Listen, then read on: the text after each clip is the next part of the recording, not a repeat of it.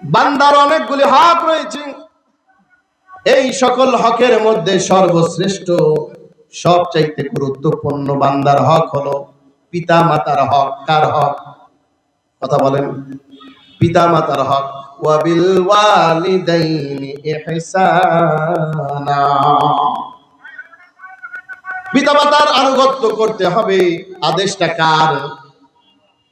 বান্দার হক যতগুলি আছে, এই সব হকের মধ্যে সবচাইতে গুরুত্বপূর্ণ শ্রেষ্ঠ হক হলো পিতামাতার অধিকার।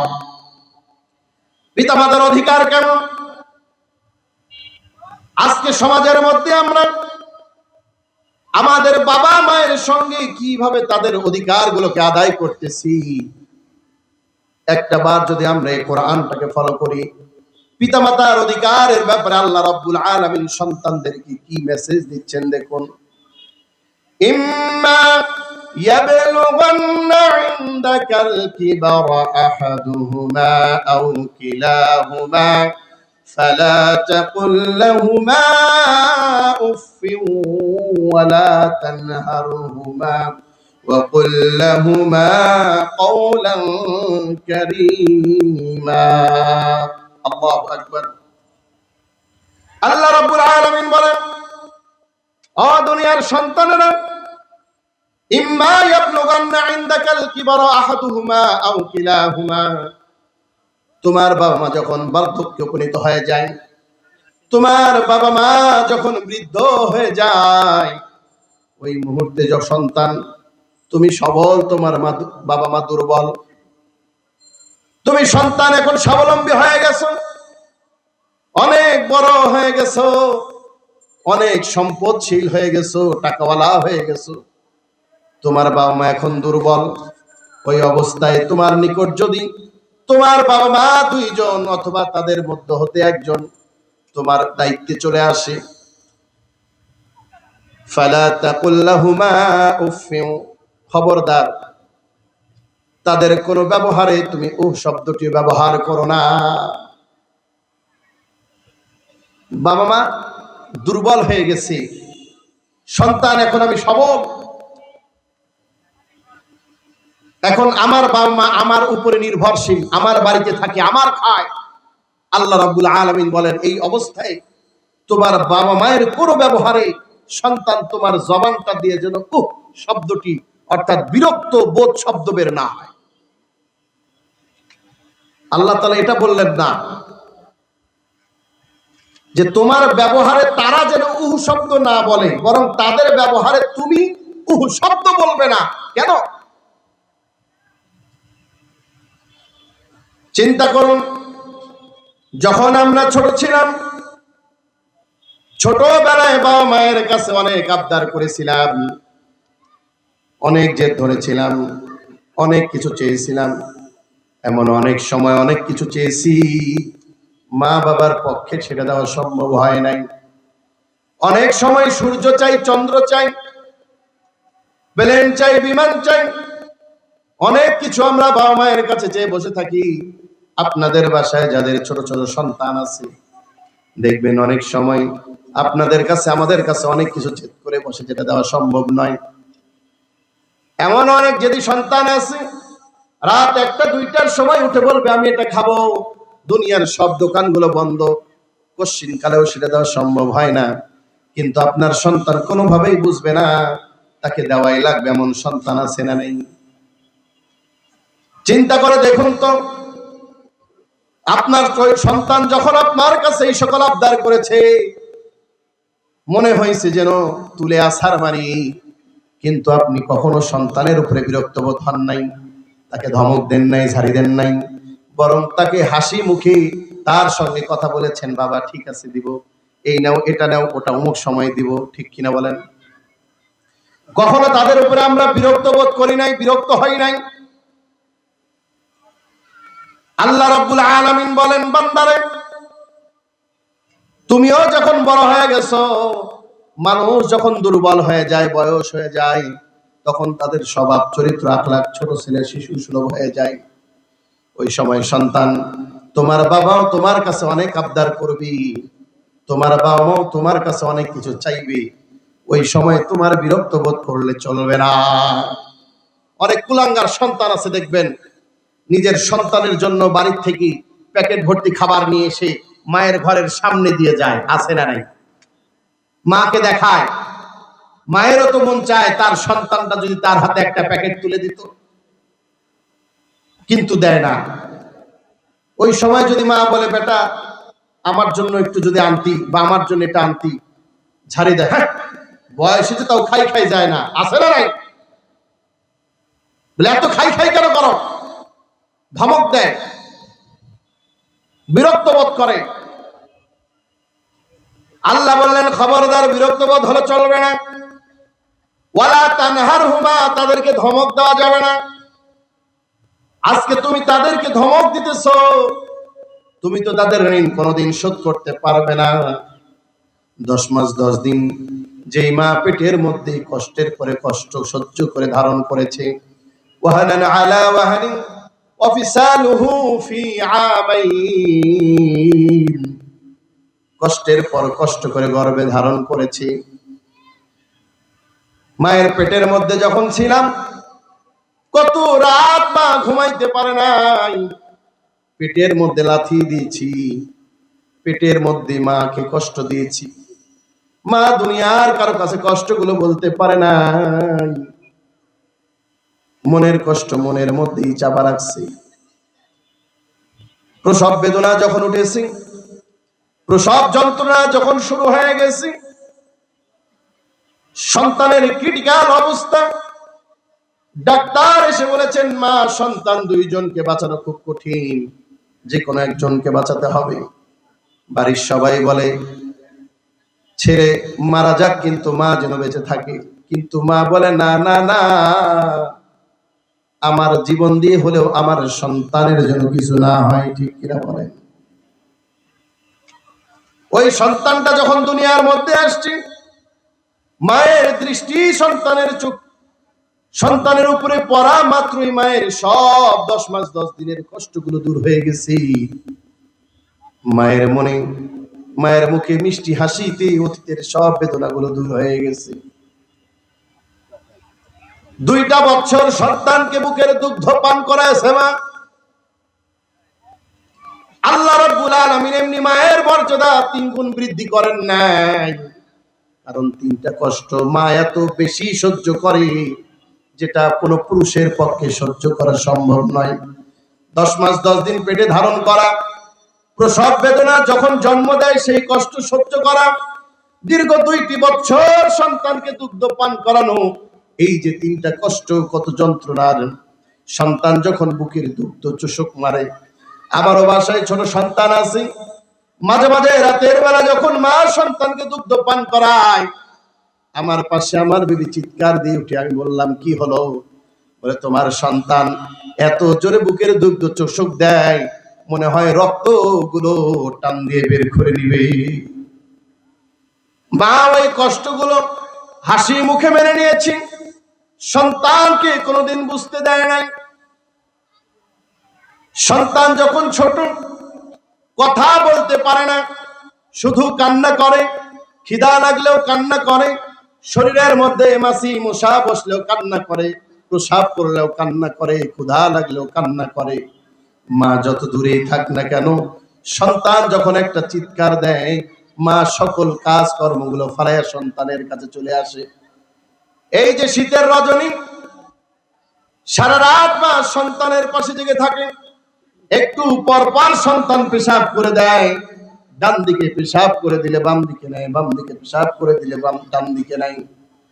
ডানে বামে পেশাব করে দিয়েছি, বুকের মধ্যে নিয়েছে, সারা রাত জেগে মা পার করে দেয়, সন্তানকে আগলায় রাখে যেন কষ্ট না হয়।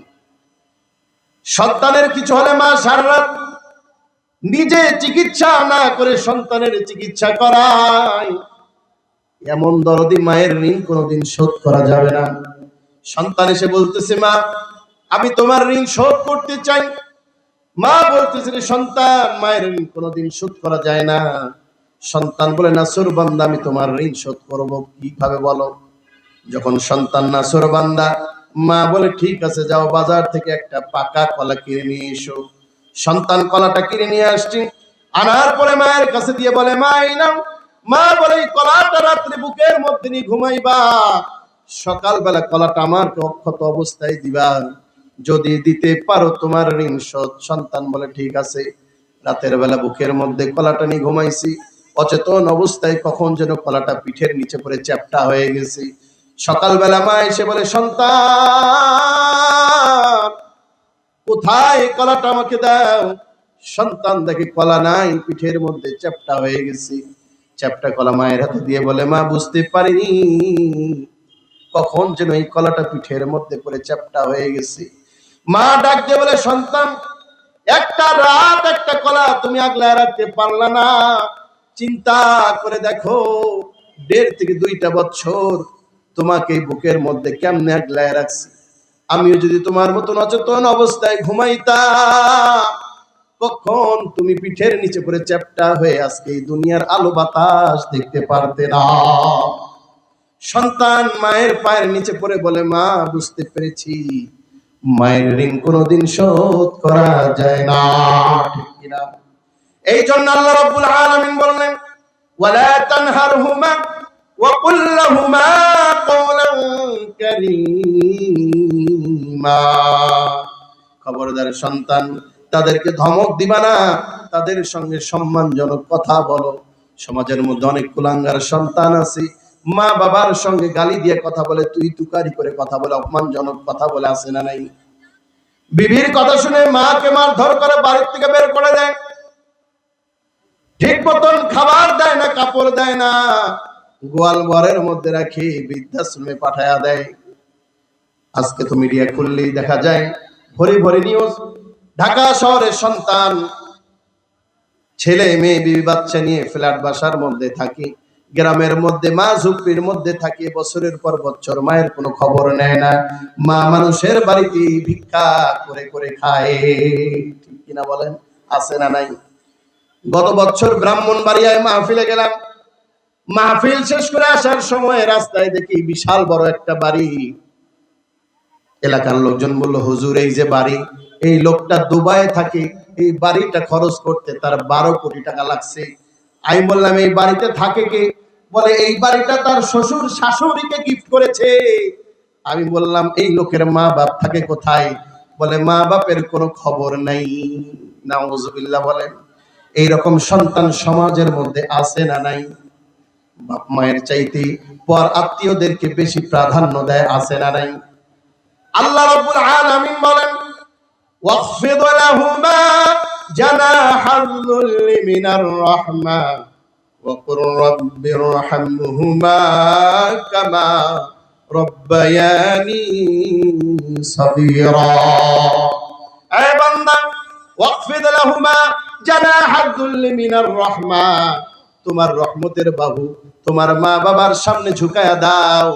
তোমার রহমতের বাহুটা, তোমার বিনয় তাদের সামনে বিনয় হয়ে যাও। খবরদার, তোমার যা কিছু আছে সবকিছু তার জন্য। কারণ সন্তান, তোমার মায়ের পায়ের নিচে তোমার জান্নাত। আল জান্নাতু তাহতা আকদামিল উম্মাহাত। আল্লাহ নবী বলেন, মায়ের পায়ের নিচে সন্তানের জন্য বেহেশত। ওই মাকে যারা কষ্ট দিয়েছে, খোদার কসম, জান্নাতের ঘ্রাণও তোমরা পাবে না। মা যারা বেঁচে নাই তার মতো দুঃখী নাই। মা যারা বেঁচে নাই তার মতো দুঃখী নাই। খালা ফুফু মায়ের সমান না আমার মা গো, জান্নাতের চাবি আমার মা, বেহেশতের চাবি আমার মা, মা গো, জান্নাতের চাবি আমার মা, ঠিক কিনা? মায়ের পায়ের নিচে সন্তানের বেহেশত। ওই মাকে যারা কষ্ট দিয়েছ, দুনিয়ার মধ্যে যত নামাজি হও না কেন, যত তুমি তাহাজ্জুদ গুজার হও না কেন, যত দানশীল হও না কেন, বছর বছর তুমি লক্ষ লক্ষ টাকা খরচ করে হজে যাও না কেন, বাড়িতে যদি তোমার মা বাবা অসহায় অবস্থায় থাকে, খাবারের অভাবে থাকে, কাপড়ের অভাবে থাকে, চিকিৎসার অভাবে থাকে, আমার আল্লাহ বলেন, সন্তান তুই আমাকে সন্তুষ্টি করার জন্য হজে আইছস, আমি তোর হজে খুশি না। একবার মইরা দেখ, কায়দা মতো তোরে কবরের মধ্যে পিটাবো, ঠিক কিনা?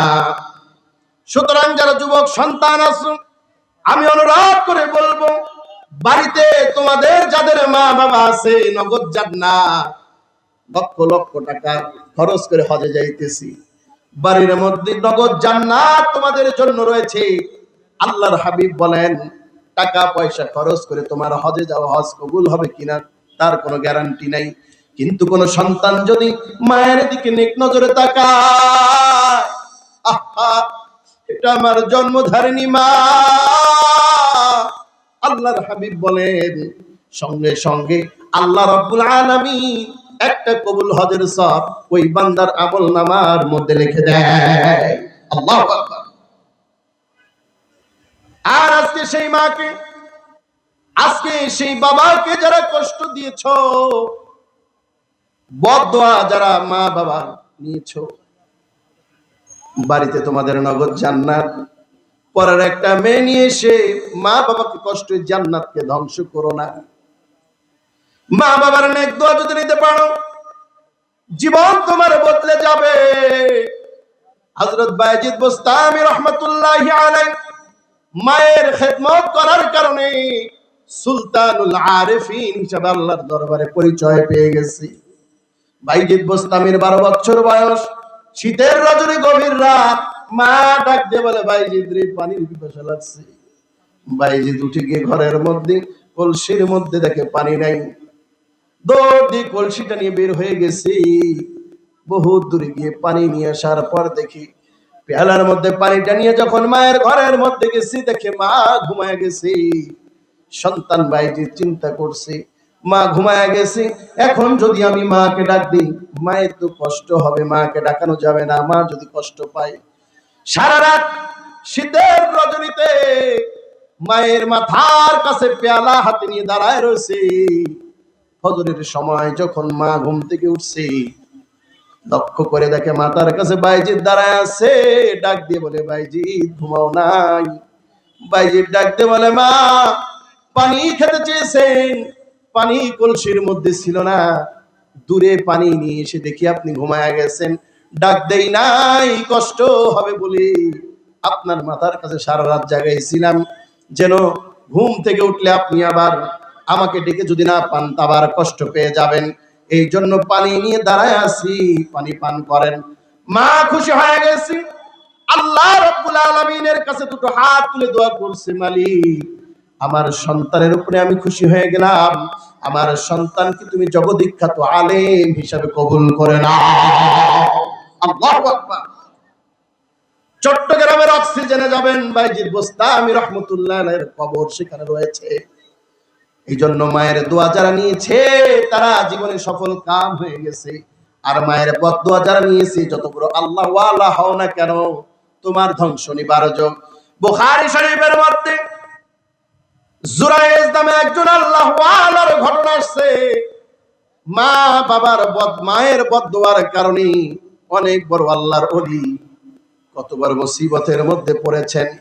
বোঝানোর জন্য বলতেছি, মনোযোগ দিয়ে ঘটনাগুলো শুনবেন। কারণ যদি বাড়িতে মা বাবা থাকে, যারা মা বাবার সঙ্গে খারাপ আচরণ করতেছেন, খোদার কসম যদি সংশোধন না হতে পারেন, আপনার এই দুনিয়ার সকল ইবাদত বন্দেগীর কোনো মূল্যায়ন হবে না। হযরত জুরাইজ অনেক বড় আল্লাহর ওলি, নামাজের মধ্যে দাঁড়াইছে। মা ডাক দিয়ে বলে, জুরাইজ। জুরাইজ চিন্তা করতেছে, মা ডাক দিয়েছেন, মায়ের ডাকে সাড়া দিব নাকি নামাজের মধ্যে দাঁড়ায় থাকবো? একদিকে মাওলার ডাক, আর একদিকে মায়ের ডাক, আমি কার ডাকে সাড়া দিব? জুরাইজ চিন্তা করছে, না না না, আমার মাওলার ডাকে সাড়া দিয়ে থাকতে মায়ের ডাকে সাড়া দেব না। নামাজের মধ্যেই দাঁড়ায় গেছে, মায়ের ডাকে সাড়া দেয় নাই। দ্বিতীয় দিন আবার মা ডাক দিছে, জুরাইজ। জুরাইজ আবার চিন্তা করছে, মা ডাক দিছে, মায়ের ডাকে সাড়া দিব নাকি নামাজের মধ্যেই দাঁড়ায় থাকবো? মায়ের ডাকে সাড়া দেয় নাই, নামাজের মধ্যেই দাঁড়ায় গেছে। তৃতীয় দিন আবার মা ডাক দিছে, জুরাইজ। জুরাইজ আবার চিন্তা করে মা ডাক দেয়, মায়ের ডাকে সাড়া দিব নাকি আল্লাহর হুকুমের মধ্যেই থাকবো। চিন্তা করতে করতে নামাজের মধ্যে দাঁড়ায় গেছে, মায়ের ডাকে সাড়া দেয় নাই। এইদিকে মা জোরাইজের উপরে বিরক্ত হয়ে গেছে, আল্লাহর দরবারে দোয়া করে, মালিক আমার জোরাইজ আমার ডাকে সাড়া দেয় নাই, আমি তার উপরে রাগ করেছি, ব্যভিচারী নারীর মুখ দেখে যেন তার মৃত্যু না হয়, ব্যভিচারীর মুখ না দেখে যেন জোরাইজের মৃত্যু না হয়। আল্লাহর দরবারে দোয়া কবুল। আল্লাহর হাবিব বলেন, তিন ব্যক্তির দোয়ার মালিকের সামনে কোনো পর্দা থাকে না। মা বাবা সন্তানের জন্য দোয়া করলে সেই দোয়ার মধ্যে কোনো পর্দা থাকে না। মুসাফির যদি কারোর জন্য দোয়া করে সেই দোয়ার মধ্যে কোনো পর্দা থাকে না। মাজলুম, জুলুমের শিকার যারা, মাজলুম নির্যাতিত নিপীড়িত, যদি জালেমের জন্য বদদোয়া করে ওই দোয়া আল্লাহর দরবারে কবুল হতে কোনো পর্দা থাকে না। মা সন্তানের জন্য বদদোয়া করেছে, আল্লাহর দরবারে কবুল হয়ে গেছে। জুরাইজের পাশে একটা ব্যভিচারী মহিলা থাকতো। এই মহিলা জুরাইজকে জেনার জন্য তাকে ফুসলায়, জেনার জন্য তাকে উৎসাহিত করে, কিন্তু জুরাইজ তার ডাকে সাড়া দেয় না। এক পর্যায়ে ওই ব্যভিচারী মহিলা রাগান্বিত হইয়া একজন রাখালের সঙ্গে অপকর্ম করে। অপকর্ম করার কারণে তার পেটের মধ্যে একটা সন্তান আসে। ওই সন্তানটা যখন ভূমিষ্ঠ হয়, এলাকার লোকজন জিজ্ঞাসা করছে, এই সন্তানের বাবাকে, এই সন্তানের বাবাকে বল। এবার ওই মহিলা জোরাইজকে ফাঁসার জন্য বলে, ওই যে রাগ আছে আগের, এই জন্য বলছি সন্তানের পিতা হলো জোরাইজ। লোকজন তো মহাবিগার, কিরে এত বড় আল্লাহর ওলি, এত ইবাদত করে, আমরা তাকে এত ভালো জানি, ভেতরে ভেতরে এত অপকর্ম। সঙ্গে সঙ্গে এলাকার লোকজন জোরাইজের ইবাদত খানার মধ্যে ঢুকে তাকে বের করে, তাকে প্রহার করে তার ঘরকে ভেঙে দিয়েছে, তাকে আঘাত করেছে। এক পর্যায়ে জোরাইজ বলতেছে, থামো তোমরা, আমাকে সময় দাও, আমি এখনই সব পরিষ্কার করে দিতেছি। জোরাইজ 2 রাকাত নামাজ পড়ছে। নামাজ পড়ার পর ওই সন্তান, শিশু বাচ্চা, একেবারে শিশু বাচ্চার পেটের মধ্যে খোঁচা দিয়ে বলে, বলো তোমার বাবা কি? সঙ্গে সঙ্গে শিশু বাচ্চার জবান খুলে গেছে, ডাক দিয়ে বলতেছে, আমার বাবা অমুক রাখাল। আল্লাহু আকবার বলো। আমার বাবা অমুক রাখাল। সঙ্গে সঙ্গে লোকজন তাদের ভুল বুঝতে পারছে, তারা তাদের ভুল শুধরায়নি। জুরাইজের জন্য আবার তার ঘর আগের মতন নির্মাণ করে দিয়েছে।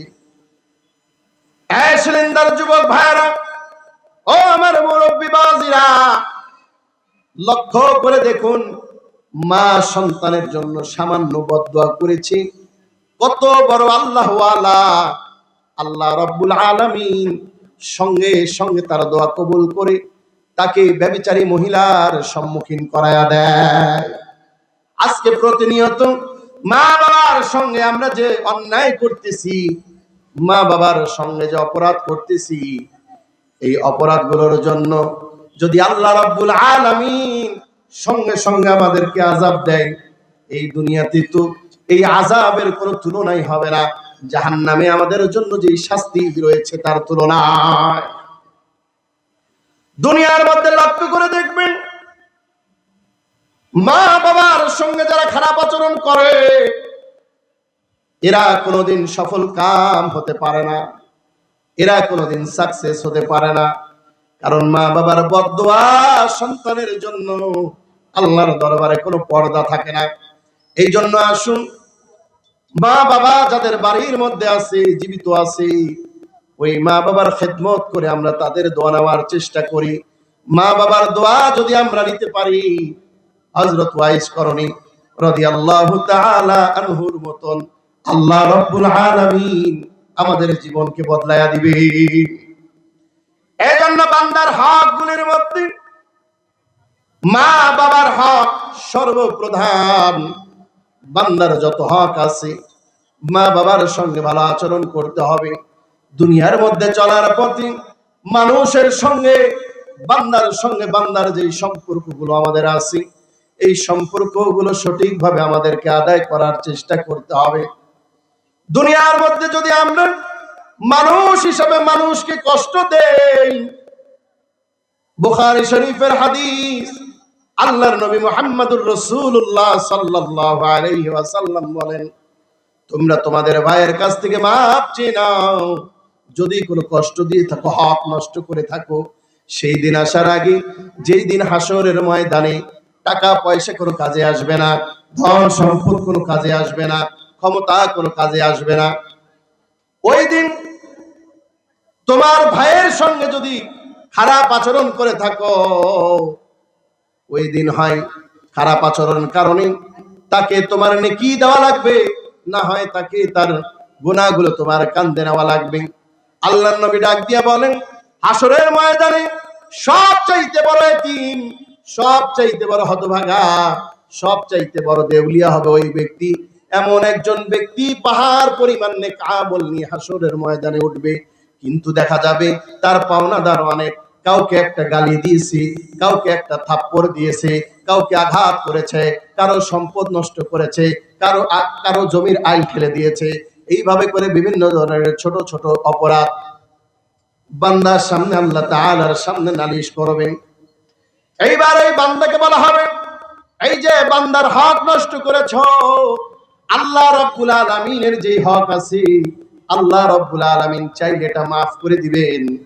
কিন্তু বান্দার হক, আল্লাহ রাব্বুল আলামিন বলেন হাদিসে কুদসি, আমি বান্দার হক কোনোদিন মাফ করব না। প্রয়োজন আমি আল্লাহ রাব্বুল আলামিন বান্দার পক্ষ থেকে বান্দার বুকের উপর উঠে তার হক আদায় করে দিব। এইবার ওই বান্দা আল্লাহর দরবারে নালিশ করবে, অমুক ব্যক্তি আমাকে একটা থাপ্পড় দিয়েছিল অমুক দিন, কিন্তু আপনি এটা মনে রাখেন নাই, আর ওই ব্যক্তির কাছে মাফও চায় নেন নাই, গুরুত্বই দেন নাই।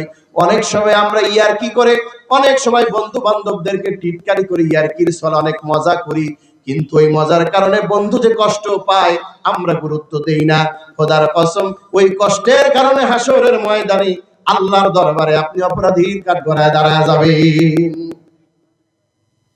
এইবার আল্লাহ বলবেন, বান্দারে বদলা দিয়া দাও। হাদিসের মধ্যে আসছে, কেউ যদি কাউকে সামান্য কম দেয় অথবা সামান্য বেশি নেয়, আপনি মাপ দেওয়ার সময় 1 গ্রাম কম দিলেন, কিন্তু নেওয়ার সময় 1 গ্রাম বেশি দিলেন, হাসরের ময়দানে জামাতে আদায় করা 700 রাকাত কবুল নামাজের সওয়াব ওই ব্যক্তির আমল নামায় দেওয়া লাগবে, নতুবা ওই পরিমাণ গুনাহ আপনার কাঁধে নেওয়া লাগবে। কয় ওয়াক্ত নামাজ কবুল হয়েছে হিসাব আছে নাকি বলতে পারবেন? কিন্তু 700 রাকাত কবুল নামাজের সওয়াব আপনাকে দেওয়া লাগবে, সামান্য যদি কারো আপনি হক নষ্ট করেন। এইবার ওই পাহাড় পরিমাণ নেকি নিয়ে বান্দা উঠছে। এখন পাওনাদার অনেক সিরিয়াল, একজন একজন করে পাওনা নেকি দিতে থাকবে, কারণ ওখানে তো টাকা পয়সা দিয়ে কেনা বেচা হবে না, ঠিক কিনা?